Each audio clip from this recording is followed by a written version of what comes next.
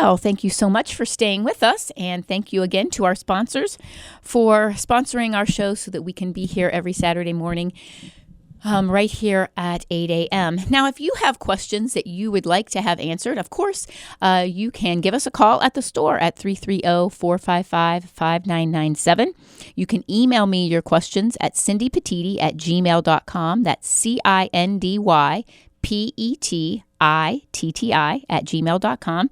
Or better yet, come on into the store and bring us your questions. You cannot believe how many people bring us baggies full of leaves and branches and all kinds of things that they are having questions about in their landscapes and in their gardens. So bring us your questions at 5828 Columbus Road, right there on the corner of Columbus Road and Broadway. If I'm not there, Sarah can usually answer the question. If it is something that she can't answer, you can leave it, and then I can take a look at it when I get back, and then give you a call and answer your questions. But several of you, you bring us pictures, and that is always great. And again, if you bring a picture and I'm not there, you can actually send the picture to me, and Sarah will help you, do that. So you can send the picture to me, and then I will have your photo also. Or you can also email me your photos, and we can make sure that I can answer your questions. But several of you have been. Amy brought in some photos yesterday to the store for her tree. And there is a lot of people doing this past week that has fungus growing on their trees, and they're not sure why. And it is something that is quite common, and some people don't understand. My trees aren't that old, and I have this, green fungus like growing on them. And people don't realize the importance of planting. And they're like, well, this is a fungus. What does it have to do with planting? If you have planted a tree and it is planted too deep, and when it rains, the water runs toward the trunk of the tree or toward the base of the plant. This is not just on trees. This is on shrubbery also. You are asking for a disaster and a short life for that plant. And that's because as it rains, and water always goes to the lowest spot. If there is the low spot at the base of your plant, because the plant being planted too deep, the water is going to gather right there. And we know what happens in standing water. It starts to get fungusy, moldy, and when that starts to grow, it just continues to grow where there's more moisture. And so every time it rains, that area stays damp, and it grows and grows and grows. And then, of course, it is going to grow on the tree or on the plant as well. So when you're planting, we're going to talk about prevention of this first. Always plant high. You want where it is in the pot. Where the top of the soil is in the pot, you want that level to be approximately 2 inches above grade where you're planting, so that when it settles, because it's always, always, always going to settle, it's still slightly above grade, and the water will shed away from the trunk or away from the base of that plant. That is so key for plant health. Also, fertilization, keeping that plant healthy, is vital to a healthy plant. And I have said this once, I have said it 1,000 times. We eat ourselves so that we have health, not so that we gain weight or so that we keep growing. We eat to stay healthy. It's the same reason you feed your plants, to keep them healthy. People over and over comes in, and I'll say, well, what are you fertilizing with? Or, is the plant not real healthy? And they're like, oh, I haven't fertilized in 15 years. And they wonder why the plant isn't doing well. So the plant needs to be fertilized. And right around the drip line of the plant is usually the best place. There's a few exceptions, but you want to fertilize so that that root system can take in those nutrients, and that is going to keep the plant healthy and be able to fight off a lot of these things.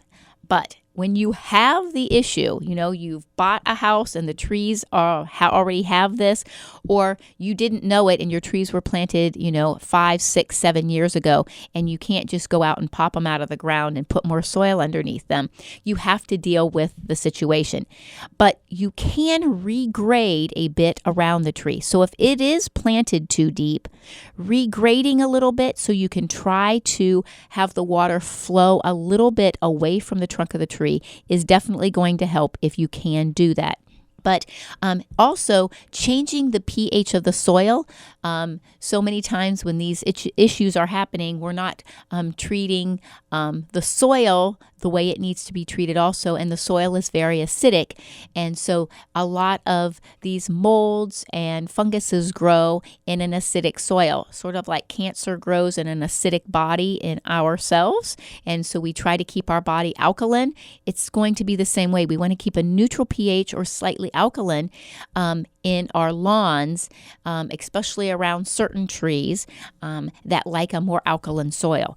So keeping those kind of things in mind, in liming your yard every other year, doing an aeration and overseeding, keeping air into that soil so that the grass keeps growing and nutrients gets down in is very important. Remember, we're feeding the soil, really not the plant, so that the plant's root system can pull the nutrients from the soil. So keeping that soil healthy is going to be ideal for us, and we want to make sure that we're doing that. But if you do have these issues, there are products like Moss Max that you can put around the tree, and that will definitely help. You can spray some fungicides that will also help. The copper fungicide is quite good. Disease Destroyer is another one that is good. Literally, if you can take, I call it a green monster. I think some cleaning companies like Integrity Group Services might have mentioned to this. That's why I call it that. I think that's what they call it. But it says little pads that you clean dishes with. It's like a scrubby, but it's made out of a plastic material. That is great to rough up the bark and actually get some of those molds and mildews that are growing on your tree off. You don't want to disturb the bark. That's why you don't want to use like a metal brush or something like that, or a wire brush. But the Green Monster will take some of that off. So rough that up a little bit and then spray some of your fungicide on it. That will definitely help. But again, keeping that plant healthy is going to be key and ideal in keeping that plant being able to be resistant to different types of insects and diseases. So those are some very important things. Now, we also had more of rose questions this week, but I think we covered most of those on the air last week. But if you are having more rose issues and you didn't hear the show a couple weeks ago, please give us a call. We will go over that. But the key again is keeping your roses planted high. They do not like to be very planted low, and also keeping them fed. Trim back your roses in the springtime just to the size that you need them to be or want them to be, or at least the dead winter dieback, which is all roses will have. Trim that off, or if you didn't trim off your dead spent flowers from last year, trim that kind of stuff off, and keeping them healthy. Use that rose tone. It's a great, great product to keep all of those healthy. So you want to make sure that you're doing that. A couple other issues or things that we have going on, not issues, things that we have going on right now is in the vegetable garden. And it is time to get some of those cold crops in. This is a perfect time to plant all of those. The lettuces, the kales, the Swiss chards, your spinach, your peas, your onions, your potatoes, your beets. They can all go in the ground now. So get out there and get your gardens tilled. If you did have some issues with your garden last year, this is the time to put on your gypsum if you have some heavy clay soils. Your azomite, this is a good time to get that worked into the soil. Get your compost worked into the soil. Get that garden tilled up so that it is ready, that you can start planting in. Today would be a great day to do some of that planting. So come on over to the class this morning and then do your shopping and then go home and you can get your gardens put in. But it is a key time to get all of those nutrients put into your garden, except fresh manure. We don't want to put any fresh manure into our garden this late into the season because that's going to be hot and burn our vegetable plants. I mean, literally, you can burn your roots if you put fresh cow manure, fresh horse manure, fresh chicken manure into your garden. Those kind of things are hot. The only thing that you can put fresh into the garden, alpaca manure is not hot, so you can put it directly in and it's not going to hurt anything. So you can go ahead and do that. But you want to make sure if you're using some of those other manures that you use those in the fall so that they can sit all winter long and not burn anything.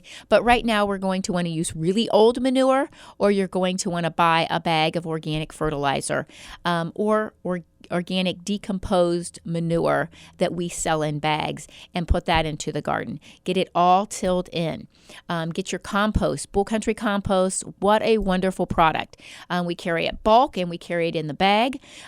And you can get it into your garden, till it in. It's going to amend the soil for you. Also can be worked in when you're planting your fruit trees, planting your berry bushes. Great to go ahead and do that, which brings us to our very last question, and that was, how do I amend the soil when I have terrible soil and I am planting a new plant? And this is going to be if it is a rose or a viburnum or a raspberry bush. So when you are getting ready to plant and you have terrible soil, take out all the soil that you need out of the hole and take all of it out, and a little bit bigger than the container that it is in. Take half of that soil and put it in a pile or a wheelbarrow of its own, and the other half put it in a pile or a wheelbarrow that you're going to mix your amendments in. Mix in your compost, mix in your organic fertilizer. If you have terrible, really bad soil, some gypsum and some peat moss, and mix that all up like a batter, and then use that as your backfill. Put some of it on the bottom of the hole so that you are raising your plant up 2 inches above grade, and then pack it in really good. You don't want any air pockets down in there. And then all of that will shed away from the base of your plant, and you should be good to go. If you have further questions on planting instructions, you can always come out to the store at 5828 Columbus Road, right there on the corner of Columbus Road and Broadway, and we can actually show you how to do it so that you have great success when you're doing all of your planting. Don't forget to come out to the show or to the class today at 10 o'clock. We are going to be talking about the greatest form of recycling, as well as why we recycle, reduce, and reuse, and eat healthy. I want to thank you all for listening and being here with me right here on the Light 95.9. I'll be back with you next Saturday morning. Have a blessed week.